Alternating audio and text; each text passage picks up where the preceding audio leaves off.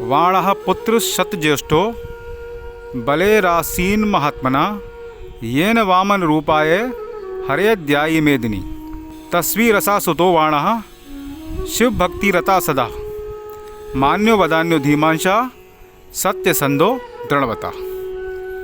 अर्थात जिन्होंने वामन रूपधारी श्री विष्णु भगवान को यह समस्त पृथ्वी दान में दे दी, उन्हीं महात्मा बलि के 100 पुत्र थे और उन 100 में वाणासुर सबसे बड़े थे। ये बड़े मान्य, उदार, बुद्धिमान, सत्य प्रतिज्ञ, दृढ़वत और शिव जी के परम भक्त थे। हर हर महादेव।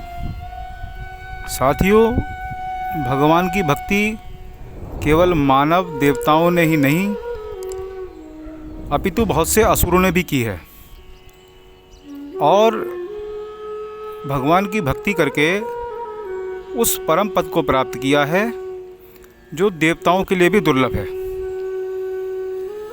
तो आइए आज ऐसे ही असुरराज वाणासुर की कथा हम कहने जा रहे हैं।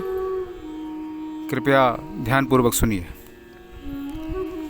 असुर वंश में भक्त प्रहलाद जी ऐसे कुलदीपक के रूप में उत्पन्न हुए कि जिनके प्रभाव से उनका सारा वंश ही भगवतमय हो गया। प्रहलाद जी स्वयं परम भागवत और भगवान विष्णु के परम भक्त थे। पुण्यवान परम भक्तों की जहाँ गणना होती है वहाँ प्रहलाद जी का नाम प्रमुखता से और सर्वप्रथम लिया जाता है। इन्हीं प्रहलाद जी के पुत्र थे विरोचन और विरोचन के पुत्र हुए महाराज बलि,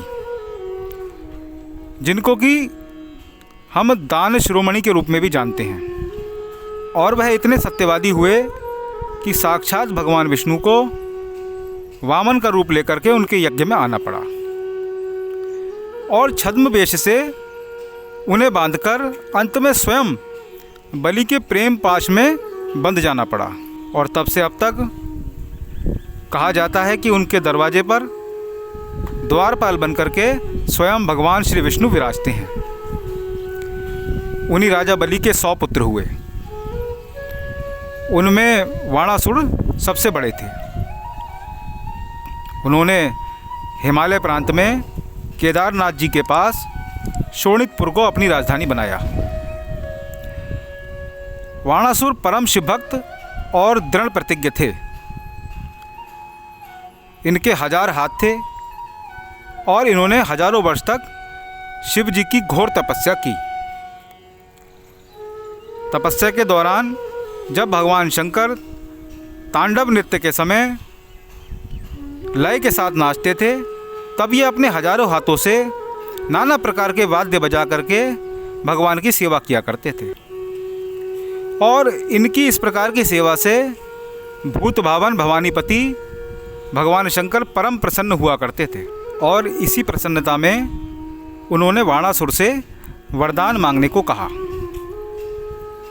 तब वाणासुर ने प्रार्थना की कि प्रभु, मुझे तो केवल आपकी कृपा चाहिए और जैसे मेरे पिता के यहाँ सदा भगवान विष्णु विराजमान रह करके उनकी पुरी की रक्षा करते हैं, उसी प्रकार से आप मेरी राजधानी के निकट सदा निवास करें और मेरी रक्षा करते रहें। आशुतोष भगवान ने कहा, तथास्तु, अच्छी बात है, ऐसा ही होगा। और यह कह करके शंकर जी वहाँ विराजने लगे। अधिक बल, विद्या, धन, वैभव आदि पा करके अभिमान का हो जाना स्वाभाविक है, किंतु जिनके कोई इष्ट हैं और जो भगवान के भक्त हैं, उनके अभिमान रूपी रोगों को कल्याणकारी भगवान शीघ्र ही नष्ट कर देते हैं। इसी प्रकार वाणासुर को भी अपने बल का और 1000 भुजाओं का अभिमान हो गया। वह पृथ्वी में अपने से युद्ध करने के लिए अपने समान बलवान को खोजता रहता। कई दिग्गज उसके बल को देख करके भाग जाया करते थे। देवता भी डर गए थे और इंद्र ने भी अपनी हार मान ली थी। अब तीनों लोकों में वाणासुर को कोई भी परास्त करने वाला योद्धा नहीं था। इस कारण से उसका अभिमान और ज़्यादा बढ़ गया था और इसी अभिमान में उसने एक दिन शिव जी के पास जाकर के कहा कि हे भगवान, ये सहस्त्र बाहु यानी कि 1000 भुजाएं मेरे लिए केवल भार के रूप में ही हैं। इनसे युद्ध करने के लिए कोई बलि मुझे मिलता ही नहीं। क्या करूं? कैसे, किस प्रकार से इन भुजाओं की खुजा को शांत करूं? सर्वंतर्यामी भगवान शिव उसकी दर्प भरी वाणी का अभिप्राय समझ गए। भगवान शिव तो दर्पहारी ही हैं। उन्होंने वाणासुर को एक झंडी दी और कहा, जिस दिन यह झंडी स्वतः ही भूमि पर गिर पड़ेगी, उस दिन समझना कि तुमसे अधिक बलवान तुमसे युद्ध करने आएगा। यह सुनकर के झंडी लेकर वाणासुर प्रसन्नता के साथ अपने महलों की ओर लौट आया। फिर कालांतर में भगवान वासुदेव ने आकर उसके मद को चूर्ण किया और उसकी 1000 भुजाओं में से केवल 4 को छोड़ करके सभी को काट डाला। इस घटना की कथा इस प्रकार से है कि वाणासुर की एक उषा नाम की 16 वर्षीय विवाह योग्य कन्या थी। उसने एक दिन भगवान श्री कृष्णचंद्र जी के पौत्र अनिरुद्ध को स्वप्न में देखा। ऐसी मनोहारी मूर्ति को देखते ही वह उस पर अनुरक्त हो गई। उनकी एक सखी थी जिसका नाम चित्ररेखा था। वह चित्र विद्या और आकाश में उड़ने की विद्या जानती थी। जब उषा निद्रा से जागी तब चित्ररेखा को उन्होंने स्वप्न का सारा वृत्तांत सुनाया। तब चित्ररेखा ने उनके स्वप्न के अनुसार चित्र बनाया।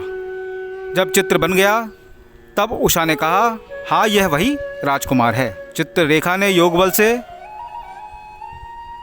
वायु मार्ग से जाकर के रात्रि में सोते हुए अनिरुद्ध को उठा करके ले आई और उन्हें उषा के महल में रख दिया। बहुत दिनों तक अंतःपुर में रहने से धीरे धीरे यह बात उषा के पिता वाणासुर के कानों तक पहुंची।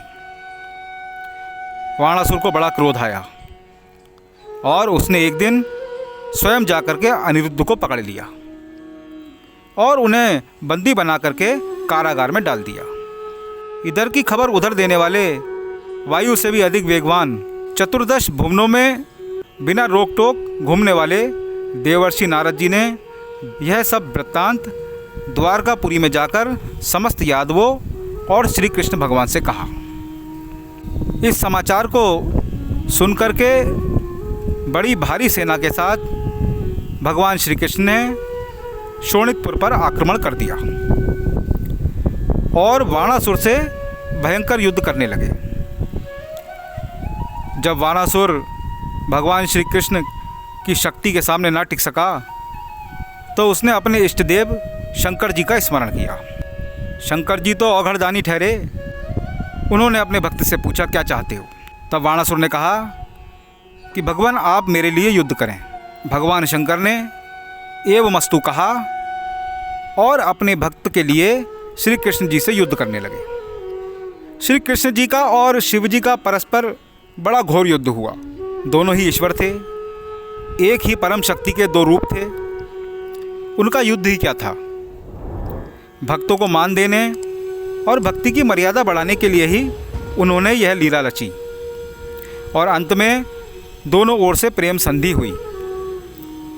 शिव जी ने भगवान कृष्ण से कहा कि प्रभु, आपको भला कौन जीत सकता है?